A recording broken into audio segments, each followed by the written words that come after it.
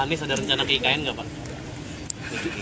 Ada orang Kan kalau rencana lain kayaknya udah ke IKN nih, Pak Anies ada rencana nggak? Dua-duanya yang lain udah pernah.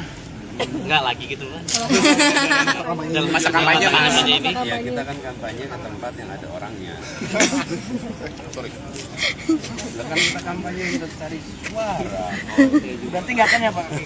Untuk check and balance mungkin Pak gitu kan? Untuk check and mereview balance gitu, gitu, Pak. atau nge-review gitu. Kalau review, kalau pengen tahu bulan mah harus pergi ke bulan. Ya pakai ilmu lah, pakai data gitu loh. Berarti nggak akan ya pakai kain Pak? Ya gini, prioritas kita sekarang itu adalah mendatangi daerah-daerah untuk ketemu warga. Karena tujuannya kan ketemu warga. Jadi kalau di daerah-daerah yang penuh warga kita akan datangi, kita bisa ketemu warga semua.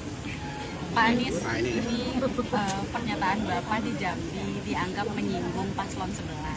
Terus Bapak dilaporkan ke Bawaslu. Nah ini tanggapan Bapak? Ya biar Bawaslu menjalankan tugasnya dan biar melaporkan jadi populer. Kalau Bapak sendiri merasa memang menyinggung atau gimana?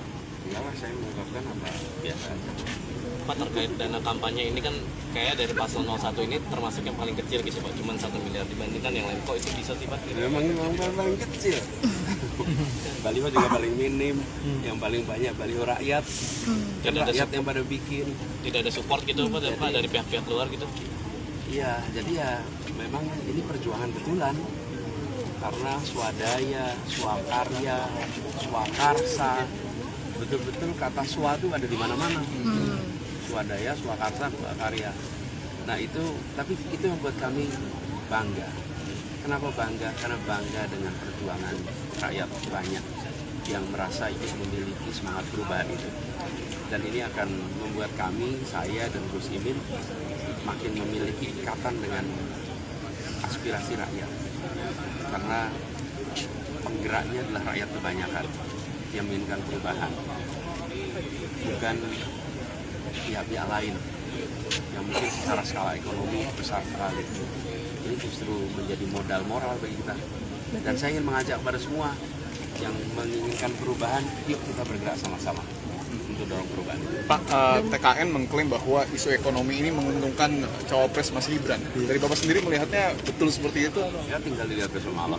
Tapi optimis ya Pak ya, Caimin akan menguasai isu-isu ekonomi dan lain Ini, sebagainya. Gus Imin itu pernah bertugas di bidang perekonomian, mengurusi tenaga kerja. Karena dalam perekonomian itu ada sektor tenaga kerjaan.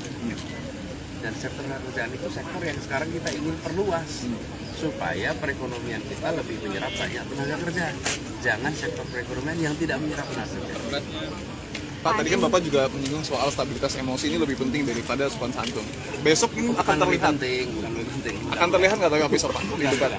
Maksudnya ketika kita bicara, itu kan pertanyaan si Rahman. Iya.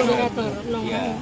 Kadang-kadang kita melihatnya santunnya, sebetulnya yang penting bukan sekedar santunnya, tapi stabilitas. Saya beri contoh, Jenderal Sudirman, Sri Sultan Hamengkubuwono, pernah kasar? Oh, pernah.